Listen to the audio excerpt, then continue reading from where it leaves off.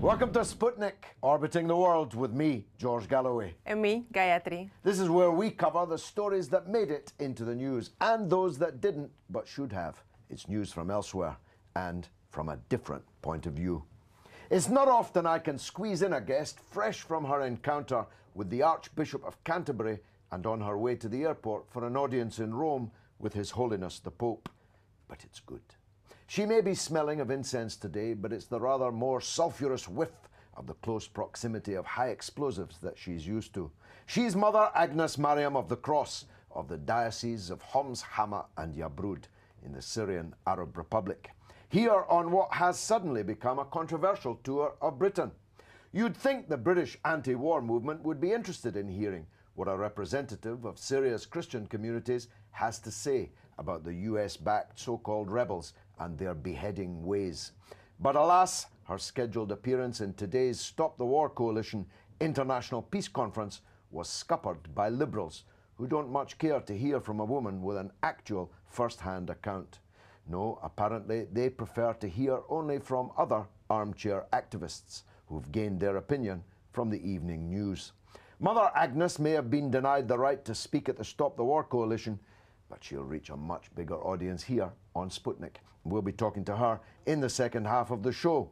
This month in 1979, hundreds of Iranian militants stormed the US Embassy in Tehran, taking hostage those inside, whom they described as a nest of spies, sparking a long Cold War between the Islamic Republic and the West, punctuated by hot war slaughter by proxy in the Iraq-Iran war and directly by the shooting down of an Iranian airliner by the US warship Vincennes.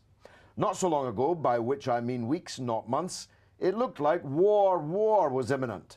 But as Mr. Churchill said, jaw is usually preferable. And lo and behold, peace is breaking out, at least on the international level, in both Syria and Iran. The nuclear deal, sealed with retweets, hugs and kisses. Well, the Iranians don't do hugs and kisses, but you know what I mean. In Geneva this week is a triumph for diplomacy and a defeat for the dogs of war. How's it going down, Gayatri?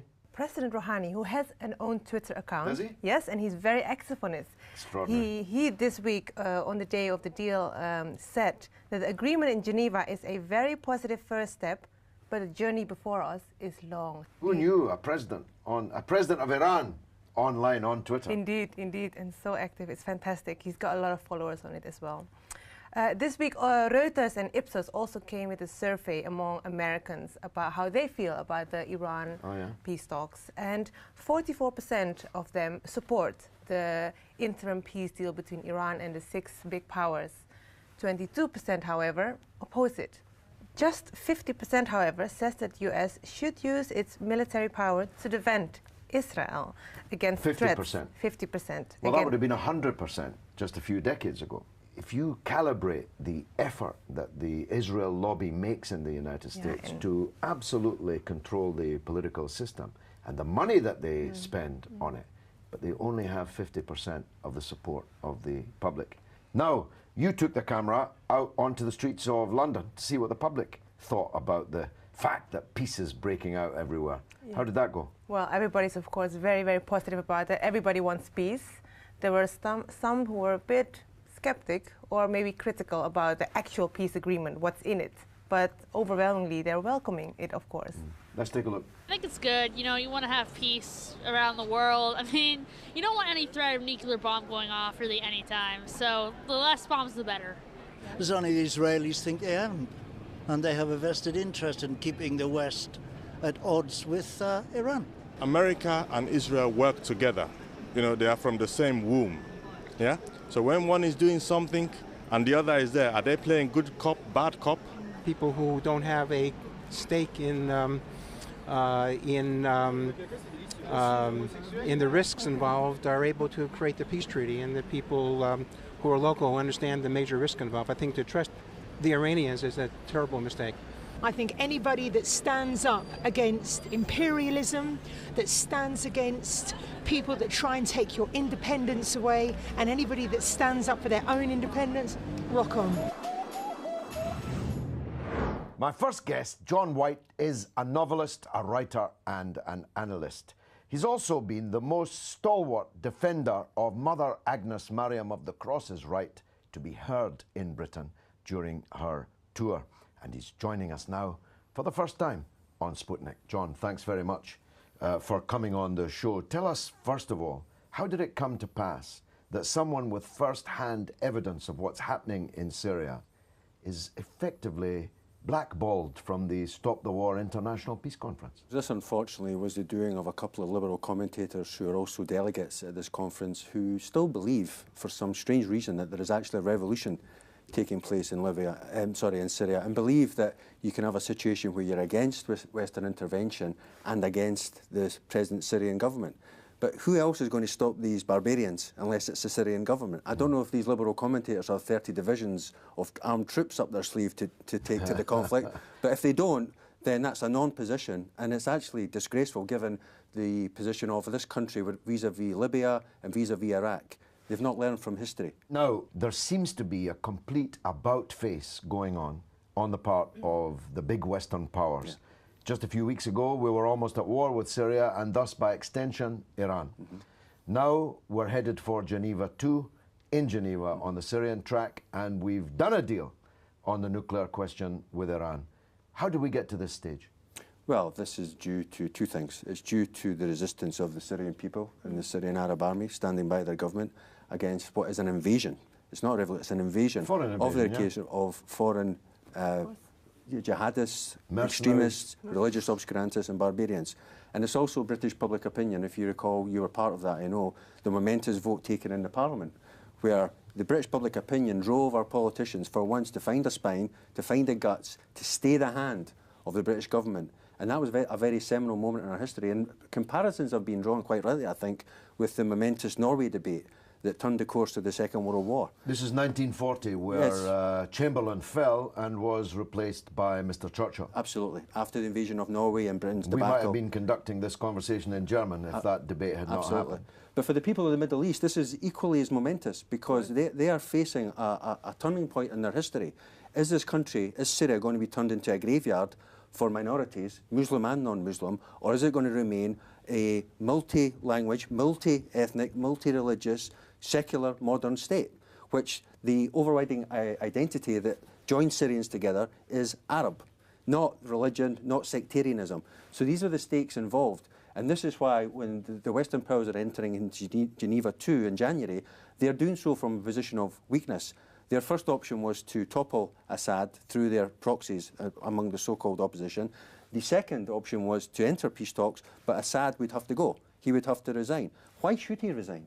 The Syrian army have bled for this man for 2.5 years. The Syrian people have suffered and stood by their government for 2.5 years. So it's a question of national sovereignty, it's a question of dignity, and so it's encouraging that the Western powers are entering these talks. However, we have to be careful. It's encouraging, but it's very surprising. Yes, it's very surprising. I myself, as a practitioner in the field, I'm not entirely sure why they have apparently taken this big step back. I won't call it a capitulation, because they're still causing real trouble in Syria, and they're still capable of causing real trouble for Iran.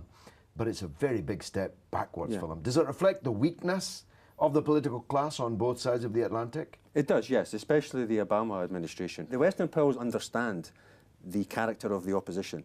They know that they can no longer be seen to even hint at any support of these 7th century barbarians. The same ideology responsible for 9/11, the 7/7 bomb in London, the Madrid bomb, the murder of Lee Rigby, most recently in London, we were going to join forces with that ideology, in effect. And so people could see that.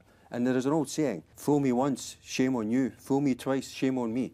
And these people will not be fooled again. Will it be sabotaged? It has two major opponents in the region, Israel and Saudi Arabia, the medieval despotism linked up with the so-called only democracy in the Middle East. This is an unholy alliance, to be sure. but it's an alliance with a lot of powerful friends, Yes. and in the Saudi case, a lot of money. Yes. Are they capable of sabotaging the peace track? They're certainly capable of trying their damnedest to do so, and they are trying, but they're becoming increasingly isolated, not just regionally, but in the whole world. We've got Benjamin Netanyahu. He's been like Dr. Strangelove on steroids over the past week. The way that he's tried to, this is a historic mistake and so on, all this apocalyptic language. And Rouhani's being the exemplar of rational and diplomacy and, phlegmatism. But you encountered a lot of English people in London saying to hang with Israel's objections. Yeah. Why don't we start acting in the interests of ourselves and everybody else in future? And the people suffering, of course, the actual sanctions. People are tired. People are seeing the real face of Israel, Yes. But the one thing that the people were very critical about is they're wondering why the U.S. is now making such a deal. What's behind it? Why it seems like they're betraying their friend Israel and Saudi Arabia, for that matter. Well, I think the US requires stability in the region, and its first option was to foment regional hegemony. This was part of a long process after 9/11. That's failed. That's crashed on the rocks of Syria. And Hassan Nasrallah, the leader of Hezbollah, rightly described Iran, Syria and Hezbollah as constituting an axis of resistance. So Israel's interests are regionally in order to weaken and neuter Iran for its own regional hegemonic purposes. But what we have to understand is Iran has never occupied another country in the region, it's never initiated military conflict, and it doesn't have nuclear weapons. Well, Israel's guilty of all three. So what is the cause of instability in the region? It doesn't take a genius to work it out. And so I think American public opinion has significantly shifted with regard to Israel, especially amongst the young. She read a statistic earlier, which was amazing. 50% just. Not even a majority, exactly half of Americans think that America should continue to guarantee the security of Israel. Oh, this is huge. But the dog that isn't barking there is the other 50%. Yes. And once upon a time, in recent memory, Yes. almost all Americans would Yes. have pledged their Yes. troth Yes. to the defense of Yes. Israel's security. Yes. So the world's falling out of love with Israel and never has been in love with Saudi Arabia. Yes. So they've got an uphill battle if they want to persuade people to scupper this deal. John White, thanks very much for joining us Thank you. on Sputnik. Stay with us. We'll be right back with an interview with the aforementioned Mother Superior.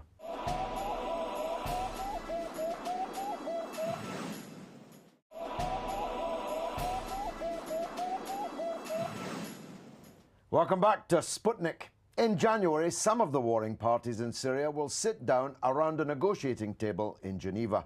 After the success of the Iran deal, can we look forward to peace and reconciliation in Syria? You were out in the streets of London, Gayatri. Was there optimism abroad about that prospect? Well, where there is a way out diplomatically, people will always prefer that rather than the military way. Joe, rather than war, as Mr. Churchill famously said. But the scepticism of the British media remains high. They have developed a kind of ogre, demonic figure in the current government of Syria. It's difficult for them to climb down. Well, the people believe differently, so let's have a look. As you well know, the main media, has been just feeding things out there for people, to take, without thinking about it, And that's what we're being fed, but there's a lot more going on there than we realize. That's far too sectarian now. There's Al-Qaeda, there's everybody in there pretending to be opponents of the government. I think what Obama has done basically is retreated from the world. I think he's basically abdicated any leadership position, and I don't want to insult any Brits by saying this, but I think that he's Neville Chamberlain #2. My next guest is Mother Agnes Mariam of the Cross of the Diocese of Homs, Hama and Yabrud. A very, very honoured guest. Mother Agnes, thank you for joining us on Thank you. both of our parts. We're honoured to have you here.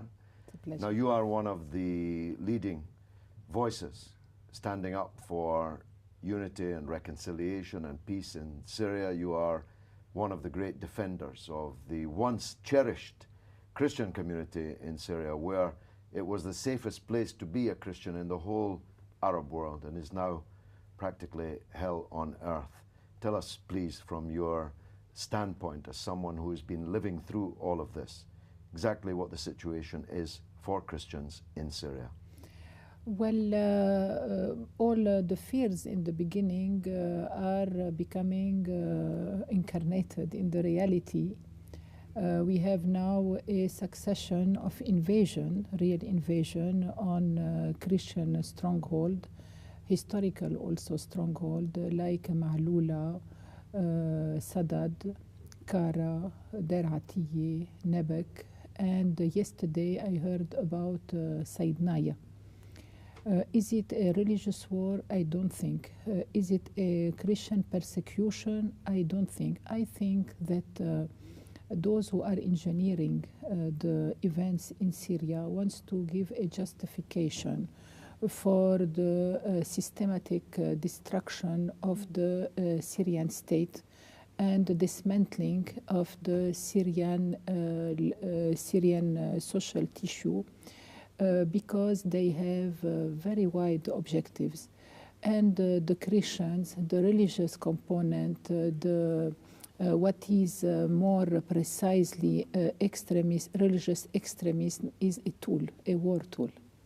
Indeed, but the fanatics are not just targeting Christians. No. They're targeting other Muslim sects and also those in their own sect who don't agree with their medieval, obscurantist, savage interpretation of Islam. Exactly. And so almost everyone is an enemy, except those who agree with their very narrow interpretation. Yes, it's an exclusivist, extremist, fanatic facade of an ongoing violence to destroy the Syrian state.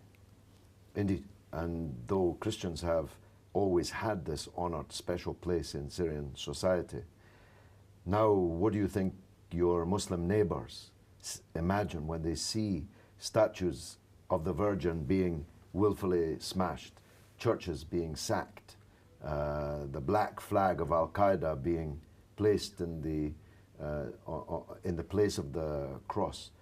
Do you feel a sense of solidarity from the Muslim neighbors? Of course, our coexistence, our conviviality with Islam is historical. The Arabic Christian opened their doors to the new Islamic fighters coming from Arabia. They opened their door because there was no difference on a cultural basis. And they took their distance from the Byzantine Empire then. So we were living together with the same culture, with the same values. And if you put out the politics, there is no problem between all the component of the very precious and diverse social tissue in Syria and in the Levant. Now, what is targeted is not only Christian, it's the civilization. And like this, you have mosques that are destroyed, you have Druze shrines that are destroyed, you have Sufi shrines, and you have synagogues that are destroyed. Among them, the oldest one in the world, the Jobar synagogue, that goes until the Solomonian time.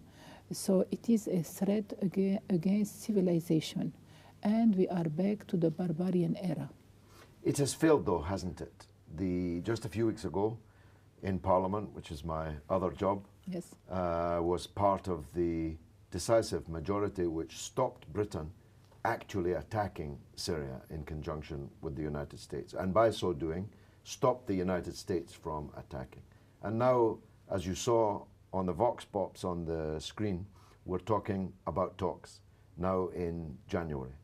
This is a transformation, almost yes, a miracle, of yes, the situation that existed only a few weeks ago, a couple of months ago at most. This sense of failure, is it likely to make these fanatics more barbaric, or will they begin now to withdraw from the country? Will they begin to seek some kind of accommodation with the government in Damascus? I think first that I have to thank the British House of Commons for its historical and prophetic vote that has made a turning point in the history toward peace. And it is expressing the position of the British public opinion. Second, because of this vote, as you said, it was the Congress who also adopted the same policy, and we have a big door open toward a peaceful and a non-violent settlement of the Syrian crisis. Today, what we see in Syria is completely the contrary reaction. They want to make points, to register points, and so there is a terrible recrudescence of violence everywhere. You have heard about blind shelling on civilian populations, on children, on bus schools, on professors in Damascus, in Homs. Every day we have news about slaughtering people. This blind violence seeks to register point for negotiation, but they are really showing the real face of the ongoing violence. And I really make here an appeal to all those who stand behind those foreign fighters. Please, for the sake of humanity, stop the fueling of such means. You will not gain anything. You will, at the end, the history will judge you. The response on the street was pretty overwhelming that we don't want war, Gayatri. No, they don't. They're very tired of it. In the back of their mind, they still have the Iraq and Afghani war. Yes. So they're quite pronounced about the Syrian war. They don't want it. They don't want. Well, the last person, I think, from United States had another opinion. I am happy that it's not the majority. They seek war for power, and it seems that war will give to United States its predominant role. I think exactly the contrary.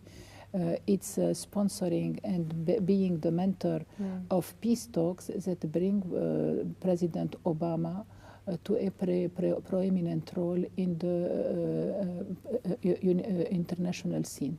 Just briefly, we only have a few seconds left. Are you optimistic about the negotiations in January?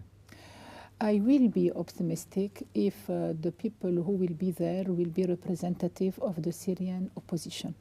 What I see is that the Syrian opposition today, you know, that is fragmented, so it's not representative. Moreover, those who are presented as the sole representative of the Syrian people do not have any grassrooted representation. They are out of Syria since 30 years.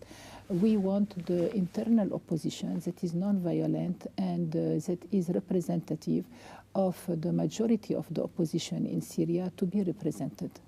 Mother Agnes, we must all pray for that outcome. Yes. Thank you very much indeed for joining us on Sputnik.